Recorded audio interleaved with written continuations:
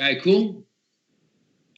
So hello, people from Facebook. I'm just refreshing the page and fixing the technical stuff before starting, and checking if we are online on YouTube as well. So my connection is slow, super slow today. Okay, we are live on YouTube as well. Just let me know if everything works and you can hear me well. I see everything works here, and I see comments on the live stream on Facebook. Ciao Masami. First comment. Hey everyone here on YouTube.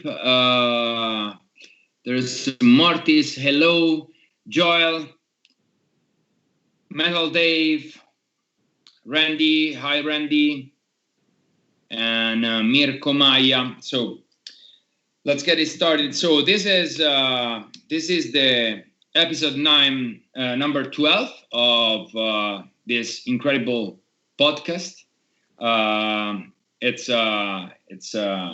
It's incredible that we did 12 episodes, and thank you very much for supporting in this. I used to say new endeavor, but it's not that new anymore. So in this new project that we have.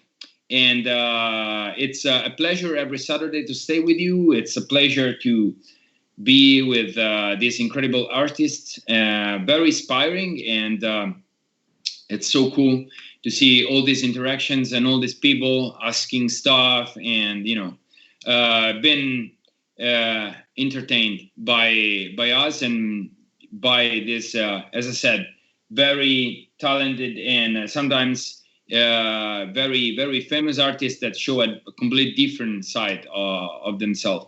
Something that it's pretty rare to see. So I'm very happy of what we are doing and the results that we are getting with this Saturday night lockdown.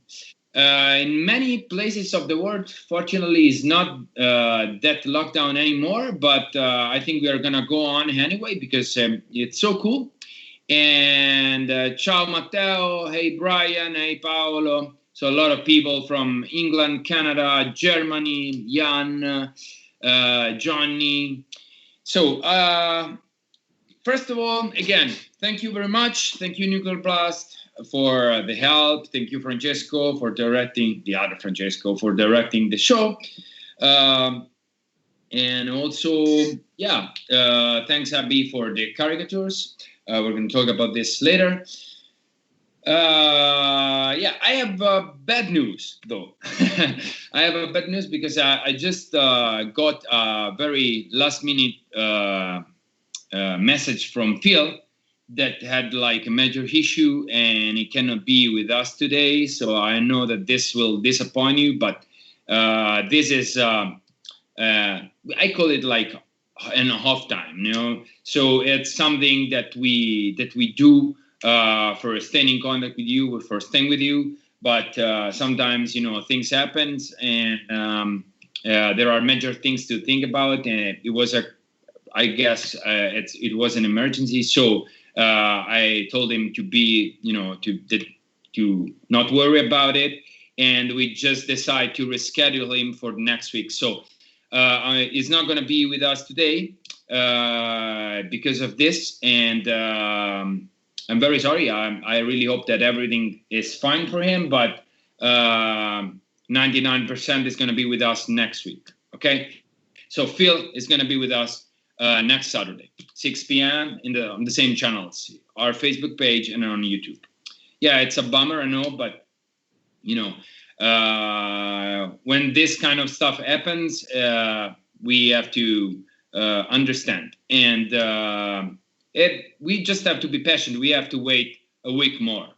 I know, like many of you love Whitechapel. I love Whitechapel. I love Phil, and I know that if he was, asking me to reschedule, it was because it was very important. So no worries. Next week is gonna be with us. Okay.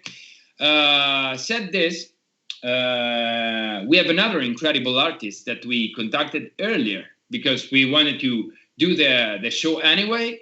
Is an incredible drummer, is super fast. I met him, I think 1 year ago, probably for the first time, right when we were on tour with Whitechapel and the Black Dahlia Murder in the United States. And I was impressed by his playing, and I was impressed by his band. They just released a new album, so they are, they just produce new music. And I want to, I wanted to make this introduction because he's a pretty young guy, but very talented, and I think that his band is gonna go far. So, ladies and gentlemen, please welcome Jayden from Aversions from Australia.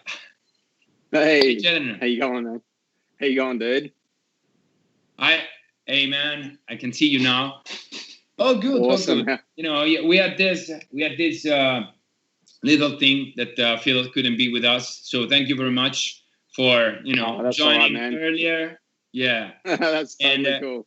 Yeah, it's I think it's fine. He just said something that he couldn't push. So absolutely. We rescheduled for the next week. All right, man. So totally how's it going in Australia? It's pretty late now, right? Yeah, it's pretty late. It's about 2:10 in the morning, 2:10 a.m. in the morning on Sunday morning. So it's definitely pretty late, but I mean, it doesn't bother me at all. So that's cool. Yeah, are you usually up this time during the week? Yeah, unfortunately, yeah, I stay up way too late all the time, and this is definitely not that. Not that abnormal for me to be late up. For you. Nah, not at all. For me, when I'm home, when I'm on tour, I go to sleep very late. But when I'm home, I try to go to bed pretty early. I know I sound like a fucking grandpa, but I'm getting old. I wish I could be a grandpa, man. I need to go to bed earlier. I'm getting older. Fucking ridiculous and staying up so late. I have to take care of myself, man. I have to stay healthy as much as I can. Oh shit! I got to say the same thing. Hey, I agree. That's so funny. All right. So how's the situation down there? Is it it's better now? Yeah, it's a lot better now. Like it's I guess in Australia we're quite lucky. It's eased off quite a lot since about 3 months ago roughly. We did have like a pretty severe lockdown with everything pretty much closing down and only real essential workers staying at work, or certain jobs stayed open. But I mean, my usual job at home was completely shut down for 2-3 months, and a lot of the other guys I know and a lot of people I know are jobless and still are jobless. But at the moment it is kind of getting back to normal. Like the restrictions have been lifted off a bit. A lot of shops and small businesses are now reopening. A lot of people are trying to get back to work.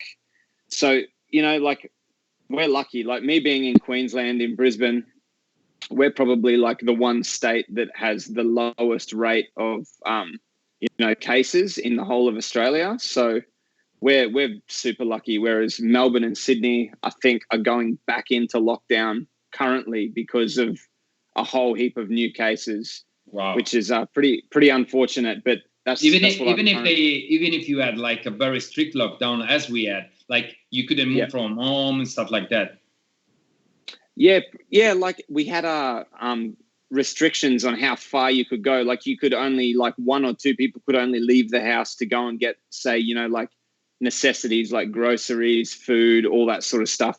You couldn't, travel anywhere. You couldn't go more than like 10, 15 kilometers from your home because, they tried to enforce. Yeah, that's what they tried to enforce, and they tried to keep people in their households and in their residential area the whole entire time, which I mean, it's pretty hard. Everyone like trying to accept that, but I mean, compared to what I've heard, what happened in Italy and what's still happening in Europe and America and stuff like that, it sounds way worse for you guys.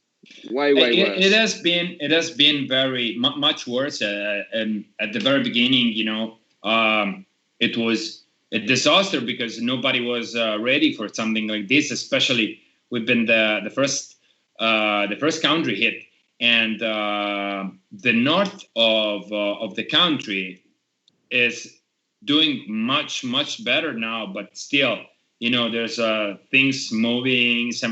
It's not that stable, as they expected. Even if we had like a brutal lockdown, like extreme, like for weeks, you couldn't move from home, like it was completely forbidden, and even like essential works have been stopped at the very beginning.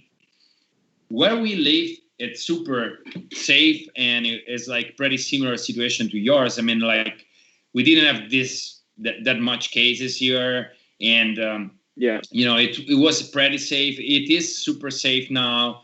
The whole South is super safe, but we have to stay aware of what it's not. Now we have the feeling that some people just there's a perception that it's ending. It's over, but it's not over at all. I mean, like the fall is not that far in terms of time. Like summer is just 3 months, and usually with the fall, winter, early winter, all this stuff comes back. So we need to try to contain as much as possible the contagion right now to avoid like a brutal second wave, which is something that we will not survive, even economically, as you said, because a lot of people lost their job, and but now we are lucky because we are healthy. We don't know people. We know people that got it, but no people that died or stuff like that. That's good. And, that's very good. Otherwise, like I know a lot of guys in the north of Italy that had like lost like grandpas, grandmas, stuff like that. Because there, especially for old people, it was like disastrous. Like a lot of people, and now we have not a clear perception of what is going on, for example, in the south of the world. Like, I don't know about Africa. Brazil is not that clear. We know that it's exploding. Like the outbreak there is brutal. And America also. Oh, America is in carnage at the moment. It's really bad. Complete chaos. Very, very sorry about that. But still, we have to stay optimistic, and we have to try to, to adapt to this situation and try to, find opportunities in dark times. That's exactly it, because I don't think it's going to get any better anytime soon. That's the main problem, I think, is like what you said. A lot of people think, it's coming to an end, but it's not. This is going to linger around for, a very long time, I think. Which people do forget about. Like, as soon as they lifted restrictions, everyone was out, and there was no sort of like social distancing or anything like that. Everyone just forgot about all the sort of rules that are trying to be put in place. You know what I mean? And this is why this shit keeps happening, which is, it's unfortunate. But I don't know. I think we've still got to, there's a long run for this to go before it's over, unfortunately. Yeah. So let's change completely the topic on lighter things. Yes. Because I've seen people already discussing about your earrings. Oh yeah, of course. It's just like looks like real bad if you take the rings out. I don't know. Sounds like questions I get off fucking old people. This Joel said he got tattoos. People that want more tattoos, but it's like, is it like, is that painful to grow these big things? No, every time I meet you, I always put my finger. It's like I like it. It's like a stupid thing to do. I know, but it's like putting a finger inside, like into a new dimension. It's like a gate, and your finger all of a sudden disappears as soon as you go through. But that's so exactly what happened. There's a lot of people interested on how you did this. Oh yeah, okay. Wow, I haven't spoken about this in a very long time. That's funny, but like I started stretching my ears when I was probably like 14 years old, I think. So very long time ago now. 60 years ago. You're 74, right? Yeah, well, now I am. I feel like I'm 74. But no, I started when I was about 14, and there was no real reason behind it. I just liked it at the time. You know, I was young. I was a bit silly. I had like an attraction to it, and I was like, oh, that's kind of cool. So I just started doing it, and it got a bit out of hand, as you can see. Like, they ended up being quite large. And I guess it's sort of been the only thing that I've ever really done. It kind of stopped me from doing anything more silly and getting, completely covered in tattoos. And, not that that's silly. Like, if that's your thing, then that's amazing. Like, everyone has to find their individual sort of like love. And I understand like body modification and tattoos is fantastic, but I've never done the tattoo thing. I've just kind of like, these have just been a thing that I've had for years, and I forget about them, to be honest. They're just a big part of me now, and they're just always there. So yeah. Everybody knows. Yeah. You see this guy with big earrings. Oh, they might be a Aversions crown drummer. It's like this. Yeah, there you go. Exactly. Raquel said, I can probably fit my whole hand in there. I reckon you probably could. They're quite big. Yeah. All right. So also, apart from talking about this, we are doing a good thing for you guys, maybe, because that dude just said that I never heard of Aversions Crown. I'll check them out. So I really hope you will like them, and you got a new fan. Oh, hell yeah. Wow, that's awesome. Yeah, anyone that listens to it, thank you. That'd be sick. All right. Okay, so let me check. There's a lot of people writing from all over the world. It said, how much love is left? So this is a very important topic right now. I mean, like, we can try to change it, but they will go back to this, Yeah, there's plenty left. There's plenty of room to go bigger if that's what they want to know. Not sure if I'll do that though. They're a bit of a pain in the ass. It's like,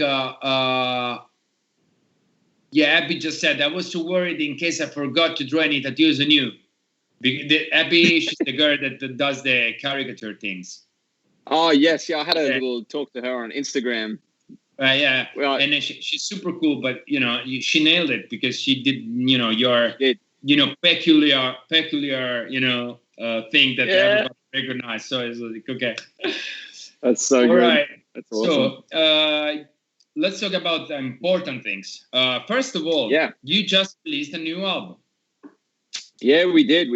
And you released a new album in full lockdown. So how does it feel? I always ask the people that released an album right now, like, how does it feel? How is the feedback? How is the perception that you have?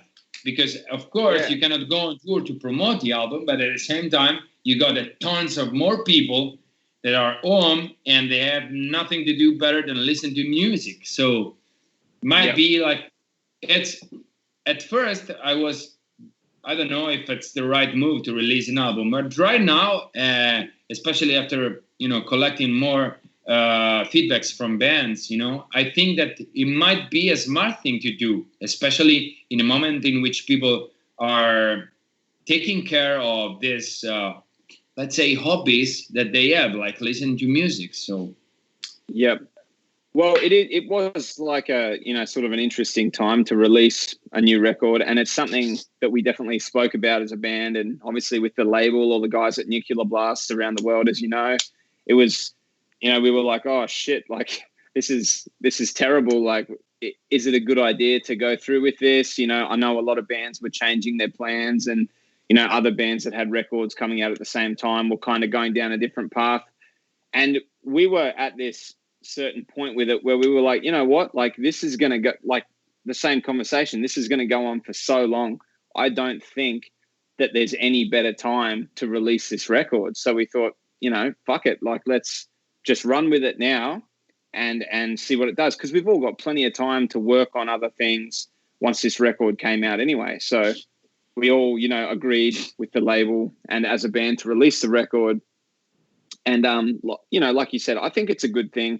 We did it in hopes that, people understood the situation. We can't go promote the record. So, here's new music to enjoy while you're stuck at home or doing whatever you're doing. And it worked really well. Like, the feedback was fantastic. The record's doing exactly what we wanted it to do. We haven't released a new record in roughly almost 3 years. So we kind of have like a 3 year spacing between each album so far. And this one fell on the same sort of close to 3 year mark. And it's been fantastic feedback. Like, the band is, getting real good feedback from around the world with the new record completely. So, I mean, I think it's a good thing. Like, everyone else is, everyone's stuck at home with nothing else to do but listen to music. I think it's also the first album with the new lineup, with the changes. Yeah, it is. It was it is just kind of officializing new people, I guess. So yeah, and give people is that a cool? Get used to it. And people liked it or not? Yeah, people liked it at first. Like, I'll be completely honest. Like, at first, as you would know, being in a band and touring, any change in a band, everyone has a fucking meltdown over it. Like, they have a huge meltdown and think, oh, yep, the whole band's done. You release one new, you release the single or a few singles, and they're like, nah, it sucks. It's all done. Like, there's a new guy. It's terrible. Like, everyone's so closed-minded. Like, as much as I love the metal scene, there are so many people that need to just chill out a bit. And they've got all these people just don't understand situations that bands go through with members, with the way you work, with all these behind the scenes situations. And it's the one thing, I'm a hard person to get fired up over anything, to be honest, but it's the one thing that does me about the whole metal community. Or maybe it's not the old school sort of metal community, maybe it's just the newer age sort of metal community that does it. But people jump on the bandwagon of hearing that one new single with a new lineup, and they think, nah, the band's done, it's completely different, and they just try not, they don't give it a chance. But in our case, we were going, here's 3 singles, and people started to get it by the third one. But then went with the record coming out and everyone listening to it as a full, everyone that was saying, oh no, new lineup, everything's done, the band's done. It was like a full, 180. They were like, oh shit, it all makes sense now. Once listening to it as a whole, and I'm like, well, that's what we were saying the whole time. Just chill out and wait for the whole fucking record. And it, I honestly don't, I can't get mad at people that think, oh, this band's changed their lineup, I'm disappointed. Of course, people invest so much time in bands and get used to members. I totally understand. But the thing is, some of my favorite bands ever, if they did that, I guess maybe because I'm a part of this industry, I would never go, oh, the band's done. That's it for me. So-and-so left that band or moved on from that band. So it's not the right attitude, I don't think. But I mean, it's the attitude that a lot of people have for some reason. But once again, this is me on an understanding level of being a touring band. No, yeah, I think I perfectly know, and I agree. It's, of course, I think that sometimes it's for some bands, changing members is a great opportunity, and it is a great opportunity because. Especially underground music that you do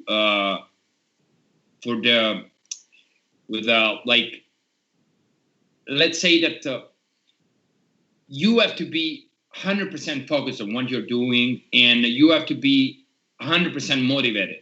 Okay, it's underground music. It's not something like creating music for masses. It's something that you do because you are pushing an artistic path. You are extremely creative, and you need to free this creativity and transform it into art. So it's not something that you are doing for getting anywhere, like making money or stuff like that. You do it because you want to do it, all right?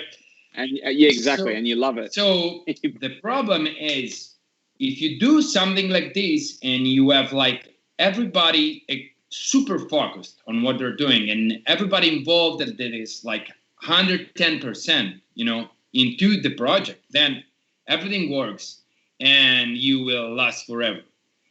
But if you have even just one guy in the band that is not into it anymore, or have like some doubts or whatever, then unfortunately it makes sense to replace him or ask him to go, or sometimes they just leave and you find somebody else that is like 100% motivated, and this pushed the band much farther, Exactly. Yep. It happened to us, and I do believe that right now the lineup, the feeling, the situation, even the environment inside the band when we are on tour and whatever is much better, because everybody is there and is like 100% motivated, and so you don't have to ask anything to anybody. Everybody knows perfectly what they have to do and what they want to do. So it's just like one thing. But at the same time, I do understand the fans that get used to somebody that they are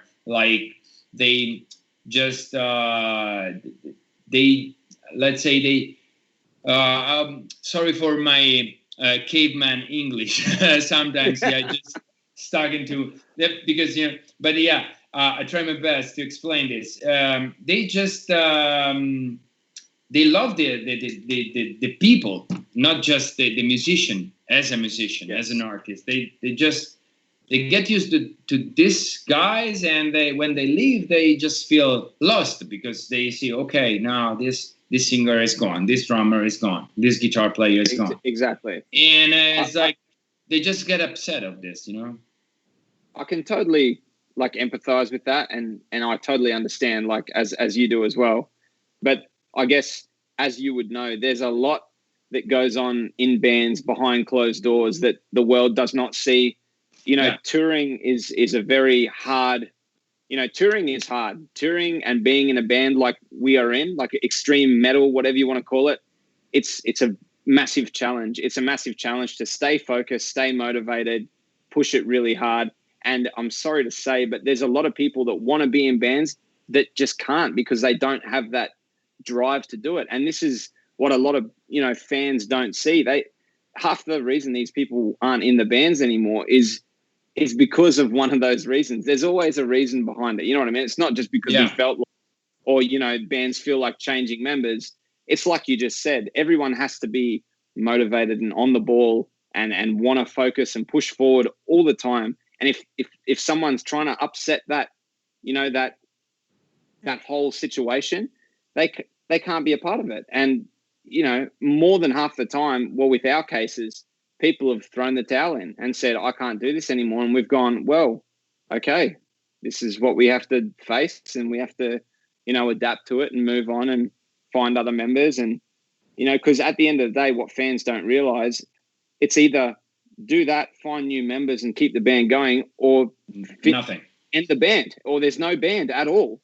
And, for me and the other boys in the band, we always want the band to be a band. So obviously we're going to move forward as any other band would. So, but I totally agree with you as well. Like, sometimes the people just change their mind, during their career, and it's very hard to, it's not even fair to try to, lead them somewhere else, or mislead for them. Like they have the perception that what they're doing is not making them happy anymore. So I think happiness and to be satisfied at what you're doing is the key. So but again, this kind of stuff sometimes becomes an opportunity for bands, because you totally refresh everything and restart. And when you restart, you have new blood, fresh blood, new energies. And even for me, moving from drums to the frontman position, at first it was scary, but then I found inside myself like a complete new energy that I was losing when I was playing drums. Not because I don't like to play drums, but because it was a new challenge. Fuck you. Oh, dude. I was trying to be serious. No, I know. It's just funny because I knew you were going to say that because we've had this conversation many times, and you're like, "Fuck, I hate playing drums." It's so good. It was one of the best compromises that I've done in my life because, it somehow the fact that I did it, led me here. Oh, so and dude, sometimes I think so like, well. yeah, like, I struggled that much, but at the same time, I was like, I'm very, I'm really happy that I did it because otherwise maybe I wouldn't do this, because when we started, it was so fucking hard to find somebody. So it was like, I can imagine. Yeah. So it was like, you did it well, man. You transitioned over to it. And I tried my best, and my best was enough. I always say that. Oh, dude, you guys are smashing it, man. You guys have done nothing but good stuff, I reckon. Yeah, thanks, man. But yeah, anyway, so for me it was a new challenge and a new I faced it with the new spirit, and I have seen even the other guys in the band that, everything was better and better because there was this new mood in the band. So new environment where everything works, everybody get along very well. So super cool. We are not caring about people writing, and we are assholes for this, probably. We know each other, and we are friends, so we just having like a super nice and chill conversation, but we have to involve people as much as possible. Hey, Danny. So I've seen, I said a question from Masami, and it was like, what's your favorite drummer? Apart from me, my favorite. Of course. Apart from you, yeah. Well, that one's a dead giveaway, obviously. Damn, that's a hard question because I've got a lot of favorite drummers, especially at the moment. But like the people that got me into drumming, like the classics, like Derek Roddy, George Collis. Who else we got? We got Thomas Hake from Meshuggah. We got Mario from Gojira. Like, yeah, like all the big hitter dudes. Like, it's hard to have one specific favorite drummer these days. It's forever for me because I've got so much inspiration from everyone. Like obviously it's silly, but even yourself, you inspired me as a drummer, even though you hate drums. Ken Badine from Aborted, he's phenomenal. Wow. Like everyone, man. Like, yeah, Ken is phenomenal. Dave Haley from Psychroptic. Yeah, Dave McGraw. Yeah, Dave. Also. Dave McGraw from Dave McGraw from Cattle Decapitation. Like, man, there is just, this list can be like huge. There's way too many drummers out there that just rip at the moment. All these people that you named are pretty much like death metal or metal, extreme metal drummers. But what's your favorite drums that, not, let's say, non-metal? I mean, in general, like. Overall, like, I'm gonna overall. That's really hard too because like I really love drummers like Chris Coleman, Aaron Spears. Those sort of like chopped out crazy drummers, man. Like even I know he's still part of the metal scene, but Matt Gaska, like Animals as Leaders, like man, that guy is just dangerous on drums. I will never understand what he plays. Oh, dude. Never. It's like, he is just way above everything. Sometimes playing drums is a struggle. It's but sometimes even understand what other bands do is a struggle. Like, oh, fuck, my hand is exploding. Yeah, but dude. It was extremely, but they are very, extremely inspiring. And I guess that right now there's a lot of bleed between this. The music in general, I think that there is a lot of this kind of crossovering genres and including like different languages. I don't want to be super technical about this, but let me be a little bit technical for once.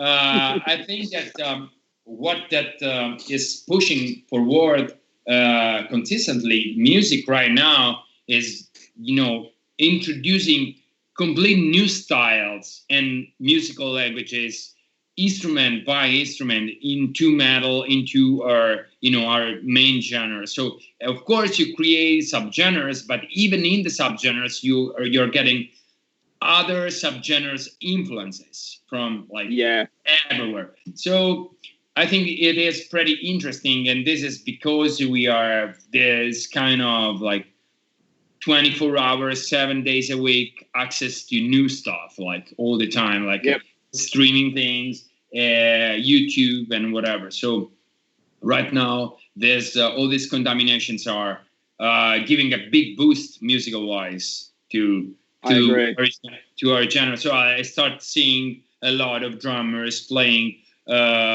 chops or stuff like that they were not like part of the like drumming language like till 5-6 years ago. So that's cool. Yeah, the music's getting way crazier, and all the the new musicians are evolving at this crazy rapid rate. Like that's why I quit. When I was like, now do I have to start? I sweat my ass off playing like 280, and now do we have to study all these fucking things, like chops and things? No, I go back. To my. I know, man. I'm joking, dude. No, I know what you mean, because you've got like these days, you've got like these 14-year-old, 15-year-old kids coming out of nowhere, and they chop out on the drums, and they also just fucking blister at like 270, 280, and you're like, I'm just like, dude, what the hell am I doing? Like, I just need to stop doing this. It's crazy, man. I know. There was another question about drumming that was like, at what age did you start playing drums? It's like a long time ago?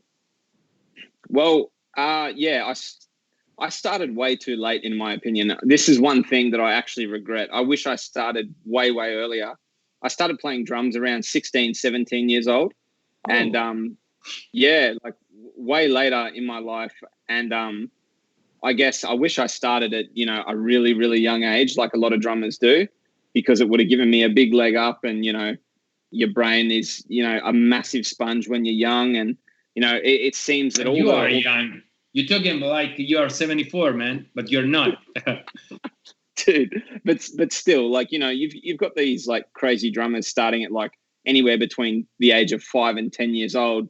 And by the time they're 14, they're just, the next like Tony Royster, basically. Like they're this insane little protege, like ready to go.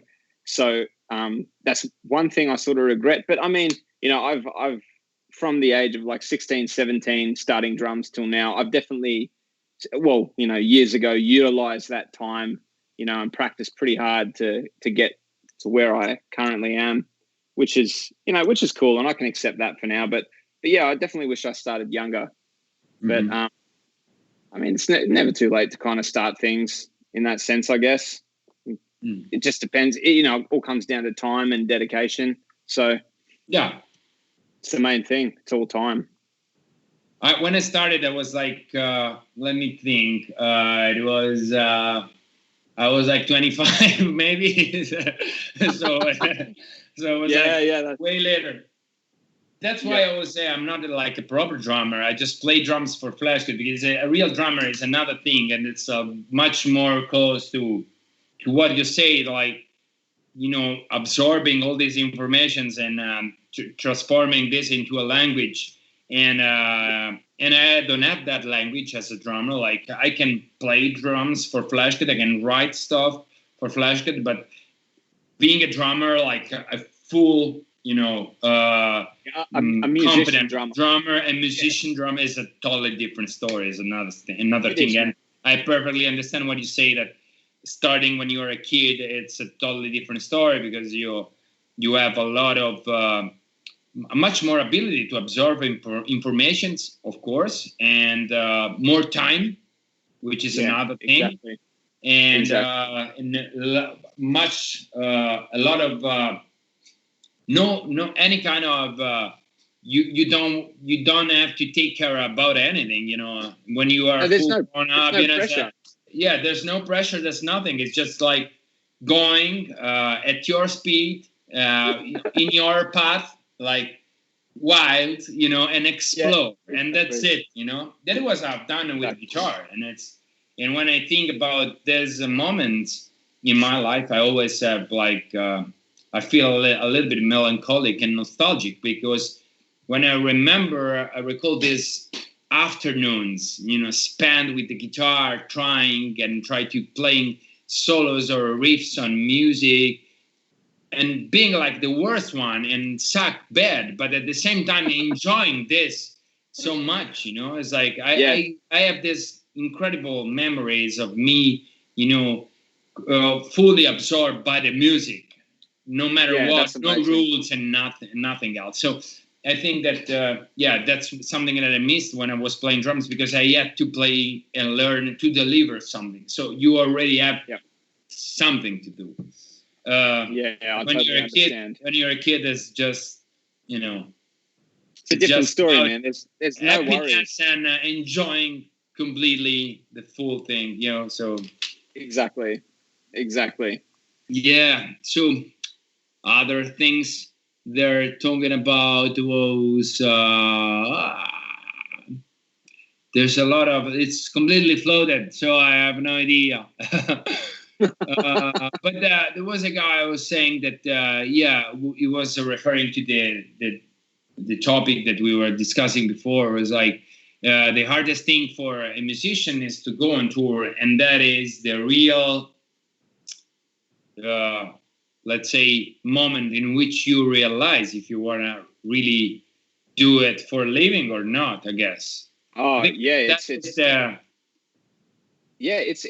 a big, like, should I say, like a reality check for a lot of people, like, taking drums into account, because these days drums have turned into this insane competition and everyone wants to be the fastest. Everyone wants to be, whatever. It's all well and good sitting in your room playing 270, 280 BPM on your electric drum kit, but taking that out of your room on an acoustic drum kit, playing in front of an audience every night for 30, 40 days straight is a completely different thing. It really gives you that reality check of like, wow, this is actually difficult, and it does make you, and obviously dealing with the touring lifestyle, like you said, you're up late, like on tour, I'm awake almost 24/7. I can't speak for shit on tour. I'm always awake. Every show I'm exhausted always. Like it's been like that for the past 5 years of my touring life. I've been exhausted every single show, but as you got to get up there and you got to perform, and for that hour or 40 minutes or whatever you're on, you have to deliver what these people are hearing. And it's the maker or breaker for a lot of musicians that want to tour, you know what I mean? Because they get up there and they go, fuck, I've got to do this every night. This is really hard. So that especially something like what you do that is like extremely demanding, like physical wise, mental wise.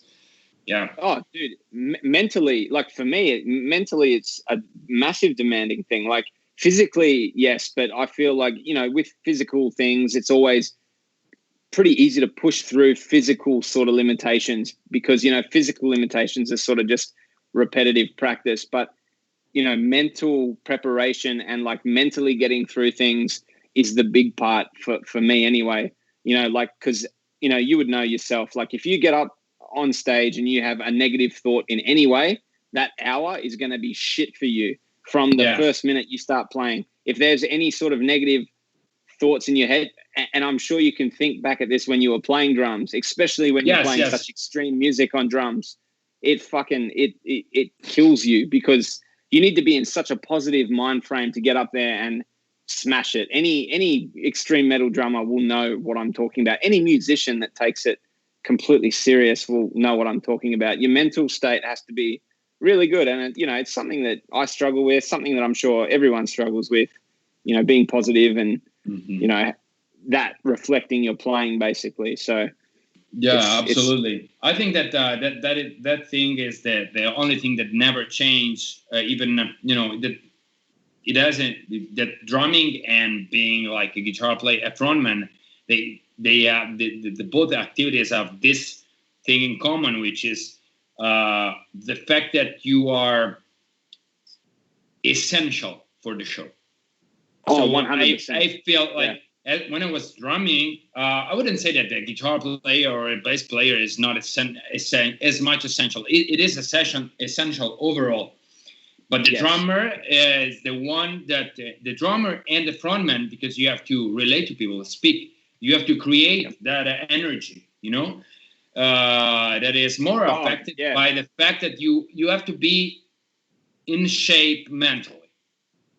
100%, man. Like very, you have to find this new thing to somehow like close, stop thinking, about everything that happened in your normal life for 1 hour and be completely focused and try to enjoy this and try to even transform this tension sometimes into a positive energy, So sometimes it's very hard. Sometimes it's even impossible to do. But 100%, man. Yeah, but I agree, and I think that that this constant psychological pressure is the thing that, and also the constant uncertainty that is connected to this kind of music. It's something that is, as you say, like the real check. Reality check, as you called it. Like the fact that this month, money-wise, financial-wise, is fine, but what's going to happen next month?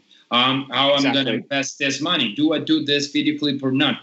Like, you know what it is, So it's very hard, man. And to take all that into account whilst playing a show, you know what I mean? Like you said, you've got to almost come up with, learn this sixth sense and to be able to block everything out and focus on what you're doing. And, I can, this is like a big thing for me. Like it's something I like to talk to a lot of musicians about, in general, because I've played plenty of shows in my life now that I've been in such a bad mental state.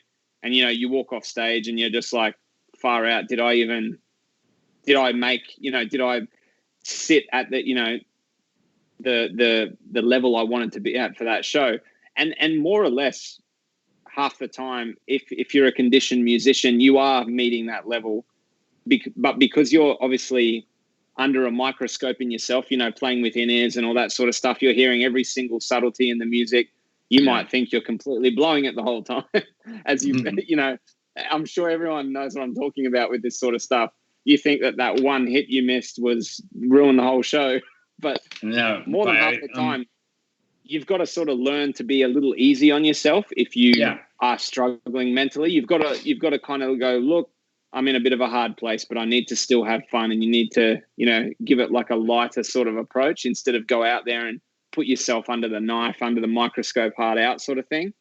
I guess this is can be extended to every job. I mean, like after all, you have to be easy with yourself. Yeah, exactly. I mean, I've been very strong with myself for years, and this didn't let me farther. But the difference between taking it easy or be overstressed by yourself, doesn't make you any better. It's like you achieve the same, with the difference that you are losing a lot of enjoying. You're not enjoying what you're doing. So you have also this regret after all. It's like, oh, if I was taking it easier, when I was younger, maybe I would have like better memories of those tours or those shows or whatever. So it's like, listen from Grandpa Francesco, like very wise. It's definitely something I'm trying to still, find my way and not be so hard on myself with things. But yeah, I know exactly what you mean. Okay, so I just want to reassure the people that don't see Phil, because I'm seeing some people writing where's Phil, and I know that this will disappoint you, and maybe you just logged in a little bit later. But Phil couldn't be with us. He had like a last minute emergency, last minute thing that he couldn't push. So we just agreed to reschedule this his participation to the Saturday Night Lockdown to next week. So next week Phil is going to be with us, and we're going to announce the second guest during the next week. So just be patient. He's going to be with us. So Masami said, what are your hobbies? My hobbies. Okay. Yeah, well, obviously, I don't just play drums, which is cool. Really? Oh, wow. Yeah, everyone. Just recently as well. There's barely any drums going on at the moment. But I've got a few hobbies. Like I've always been into, cars and bikes, and I ride bikes and drive cars. And my brother, as you would know, he's a mechanic. So, on my always modifying your engine and doing like illegal things, Well, pretty much. So my hobbies are doing illegal things. Yeah, I work with my brother a bit, like when I'm not playing drums, and we work on stuff like that, and I ride bikes and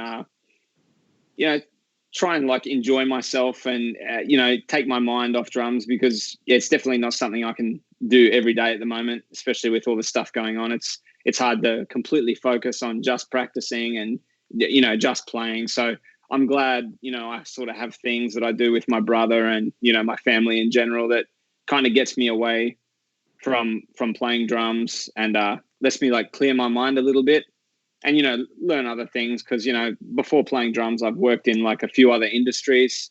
So it's been an interesting lead up to trying to play drums at like a full-time sort of rate, which is cool. Mm-hmm. But apart from that, man, like I actually like work a casual job as well. I work in just retail, like clothing, and it's definitely not a hobby, but once again, it's something that I do to just do something completely different to music.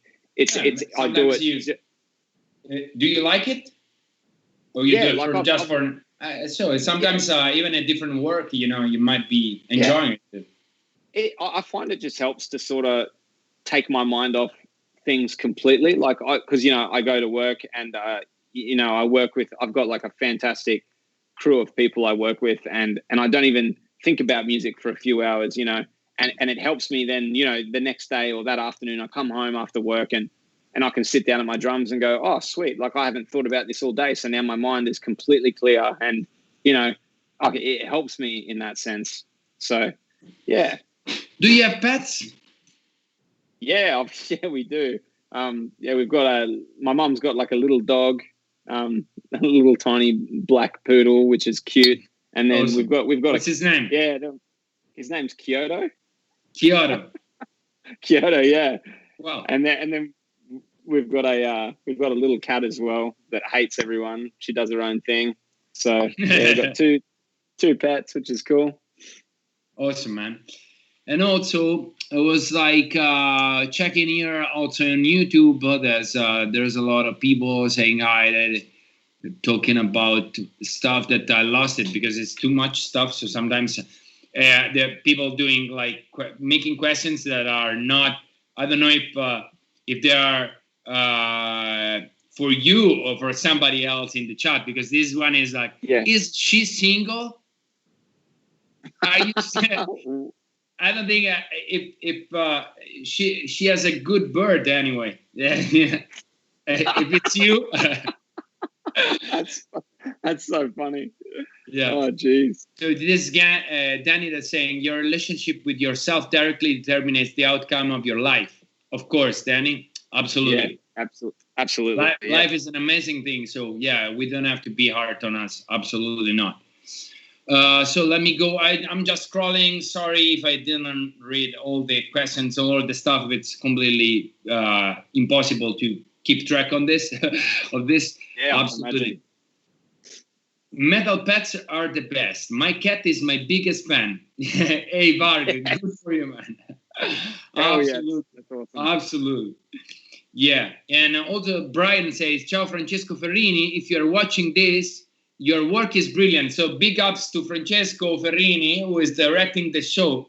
And you don't see him, but this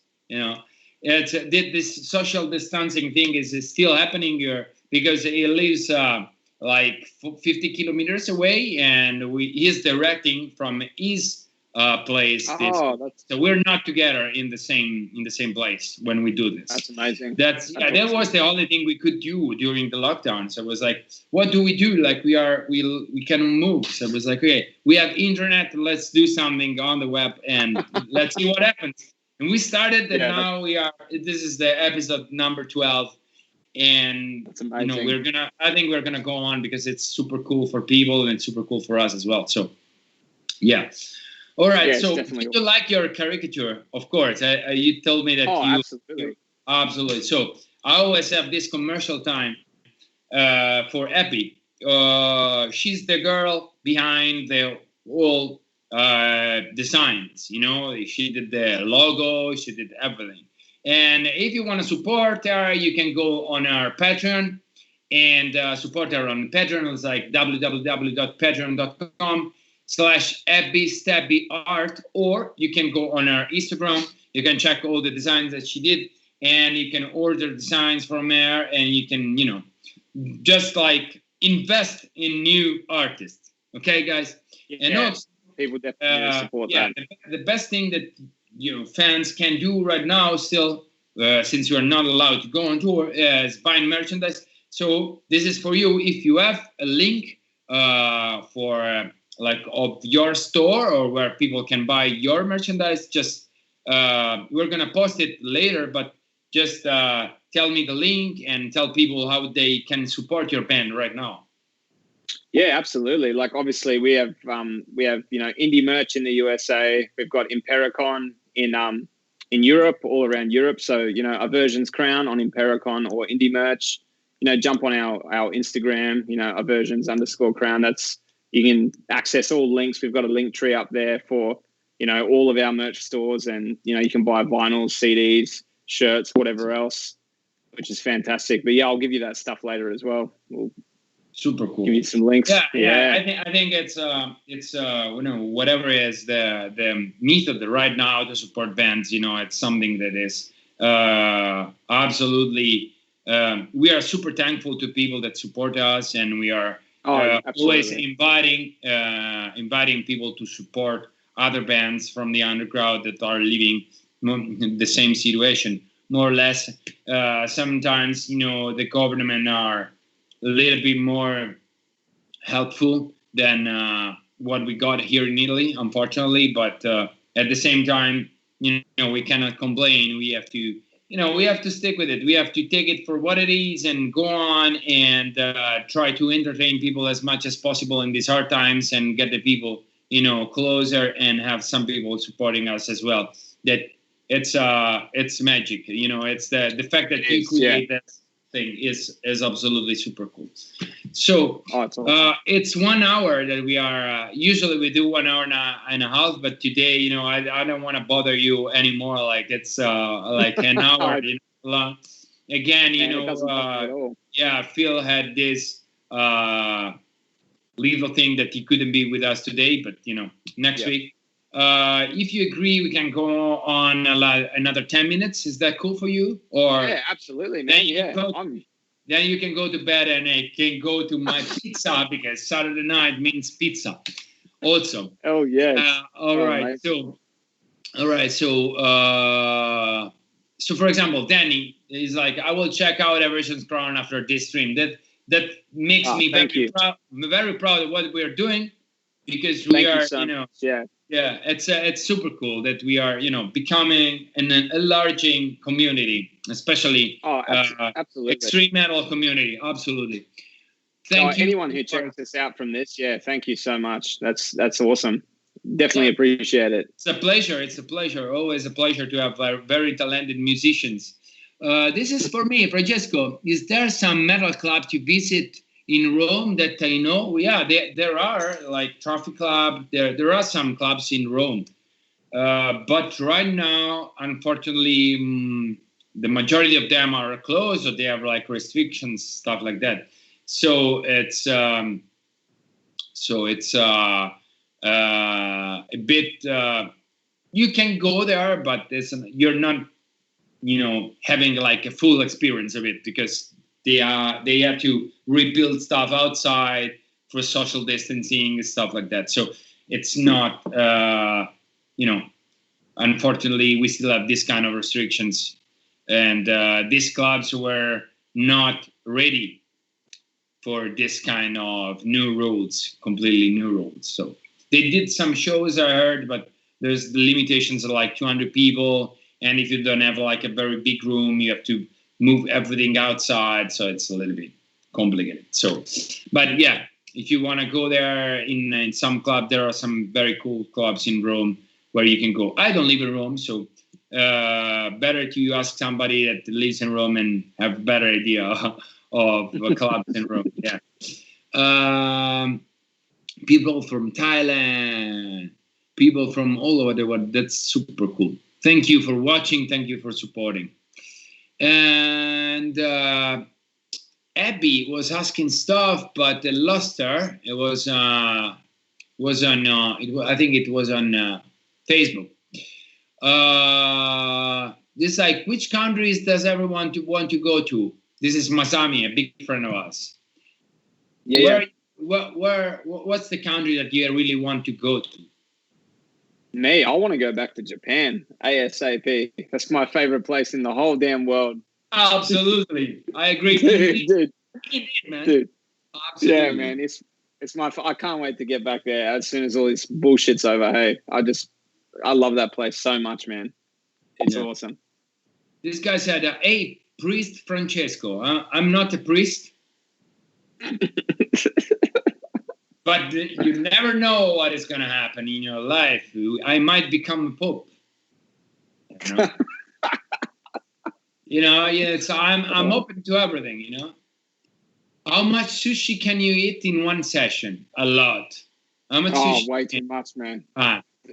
More than I can afford. Put it that way. More than I can afford. Yeah, absolutely. All the damn time, man. It's big money. Glow Cop, thank you very much. I said Mona Lisa is pure gold. Thank you very much. And William, what's the general consensus there are about how the USA is handling things? What's consensus, I guess? What's the general consensus there about the USA is handling things? I guess he's talking about the COVID-19 thing and also the other big issues that they have right now, the riots and stuff like that. Yeah. So what's your opinion? Oh man, it's obviously it's hard for me to comment on it completely because I'm not over there and I'm not dealing with it firsthand. But from a complete outsider's view, I have no idea what the hell is going on and why it's getting to that point. Like the country is just in complete chaos. Everyone is. I understand there's some real unfortunate things that have happened, with, all the riots and the protests for the Black Lives Matter and all that stuff. Like, I understand it all, but wow, it's really getting out of hand. Like, I don't know what to think of it. It's just, because half of it's for such a good cause, but it's at the wrong time because of coronavirus. And then half of it is, people have, use that opportunity to start, rioting and looting. And man, I don't know. It's next level crazy. I'm not sure. I've got a lot of friends in the USA and all the people I've spoken to, even they don't know what the hell's going on. So I'm not sure how to comment on that whole thing completely. It's insane. Yeah, absolutely. I agree. And I said this last time, it's some kind of stuff that it's like perennial. Like, I don't know if it's the right translation, but it's a constant problem that every, is cyclic, every 10 years it comes out. So it's something that a lot of countries should deal with, and the idea that it's something that belongs to them is wrong, because here in Italy, we have a lot of cases and stuff like that. And maybe there's not the riots and revolutions right now, but still, it's something that is related to human rights, and it's something that we just don't face for what it is, and we just don't take it seriously, and we just postpone. And postponing means, new anger in 5-10 years, and new, because this turns into a disaster for even people that have nothing to do with it. Absolutely, and So that's it. It just it gets worse and worse, and it escalates because it's never addressed correctly. So it's unfortunate. I'm not sure what's going to happen there. Yeah, but it's. I think it's very because William was asking. It's very hard to handle anyway. Like the whole situation, the world situation, is very hard to handle. It's. I'm not gonna make an apology for any politician. Absolutely, but in this moment, I wouldn't blame people like that easy, because it's so fucking hard. It's so fucking hard to understand what is going on. That especially about the virus thing, that is like a lot of behaviors are just wild, because sometimes it's even too much for them to handle, And I feel that I feel that in Italy we were pretty lucky with we never had like very good politicians, but this time, at least they were serious about it. And the full lockdown and everything helped us to somehow contain, at least in the second moment, the big thing that happened. Again, it happened here first, so it was super brutal at the beginning. The death toll was totally insane, but still. So I really wish you the best, you guys in US, and I really hope that we will make some step forward for. In terms of human rights and equality and social progress. Let's say it's hard to discuss about this. I have a lot of things in my head, but my English is pretty limited. So sorry about this, but I would have said it in better words, but. Really, in the end, I really wish you the best, and I wish to humanity the best to progress in the right direction. Yeah, hopefully it all wraps up soon in a positive way. That's for sure. Yeah, there's Frank said, "Go buy the Versions Crown new record, quality deathcore, death metal." Thank you. That's amazing. Thank you, Sergey. You have a good stream. Thank you. Cliff, you are writing Cyrillic and I can't read and understand. Sorry, but thank you for watching from somewhere. I might be Ukraine, Russia, a lot of places they use Cyrillic. Thank you for watching. And there's other questions, other things that they wrote, but it's impossible. Sergey asked, anyway, how do we spend a quarantine? How did you spend quarantine? Well, funny enough, at the start, when it all sort of happened, funny enough, like the start of quarantine for me was terrible because I was actually in the USA. We were meant to tour. So I actually was in the USA and played one show in Philadelphia, and then the whole entire tour fell through. So then the next day we had to get on a plane with tons of people trying to get out of the USA to get back to Australia. And then because I was on international flights, I had to quarantine for 2 weeks by myself, which absolutely sucked. I was at home, but I kind of just stayed in my room because my room's away from everything else, because my family lives upstairs and stuff. So I basically spent the first 2 weeks just trying to quarantine and make sure I wasn't sick and I didn't have this stupid virus. Yeah. And then pretty much I tried to, at the very start, I tried to maintain like practice every day. And I was, all the gyms closed down here. I go to the gym quite regularly. So I tried to train at home and keep healthy, and work out at home and stuff. But then as, a month passed, the motivation for everything started getting kind of hard because I was like, oh shit, why am I practicing like 4 hours a day? So you started eating pizza, and, and watching movies and series. Yeah. I started going, oh shit, like, there's nothing, what am I doing all this for? Why am I like destroying myself? And then I started like sort of relaxing a little bit. And then this is when I thought maybe I should start putting my focus on other things right now. like I was talking about with my brother and my family.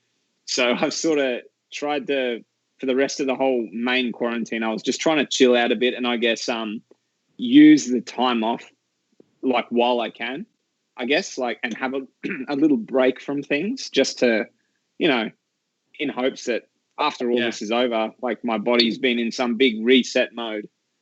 We got a shitload of questions, all in the end. Like, what are your guilty pleasure bands?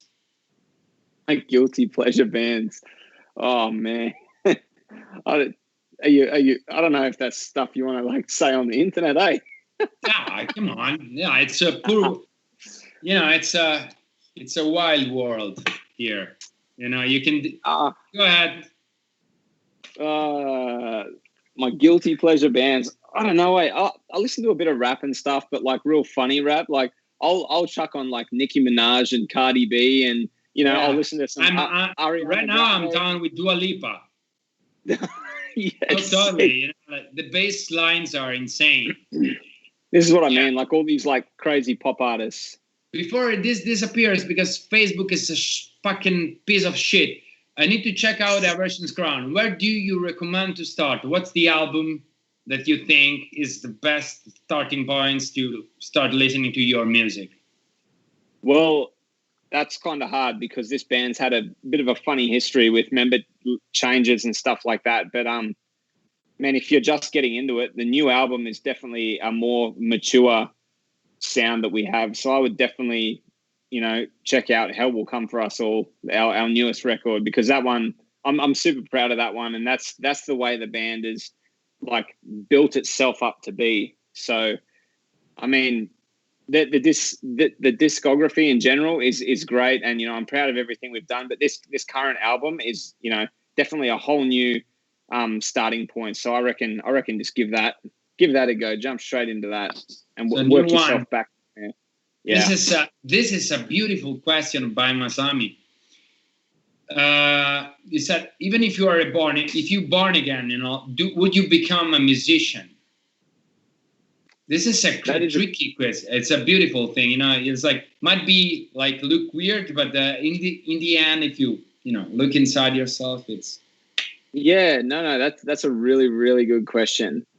That's something I'd really have to put some thought into. It's hard because there's so many things with being a musician that are so positive and that have helped me so much in my life with, things that I've done and the way I've grown as a person. And, but at the same time, there is so many other things that I could have put my time into that I would enjoy as well.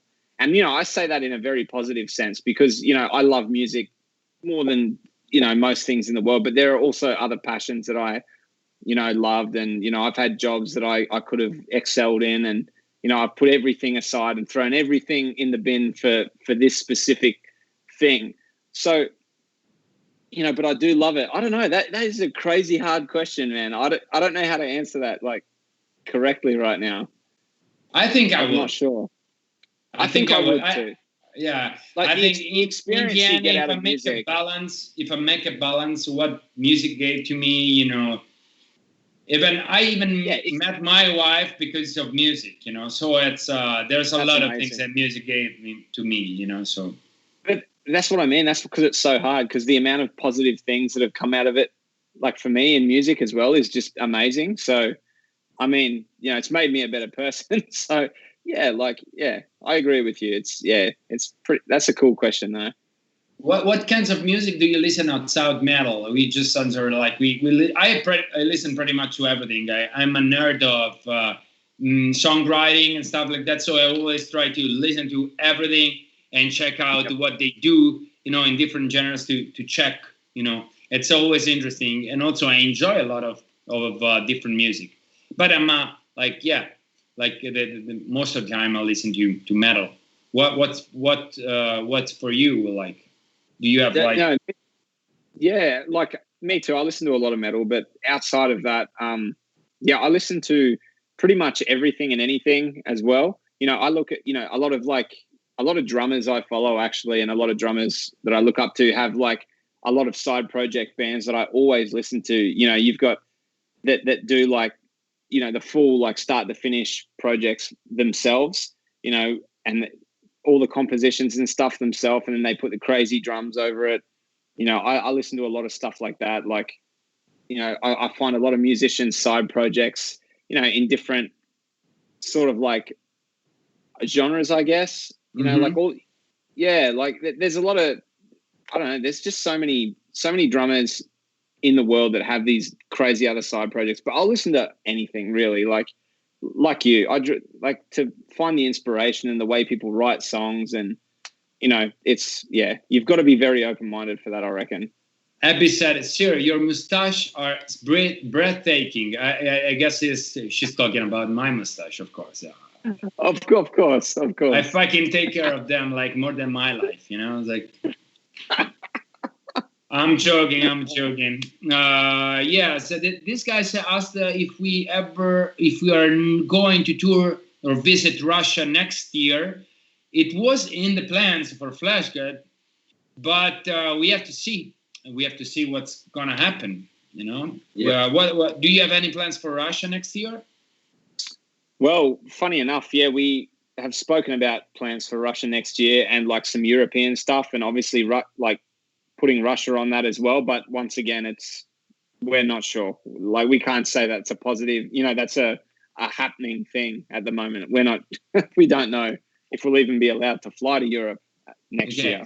Do you when your visa will expire?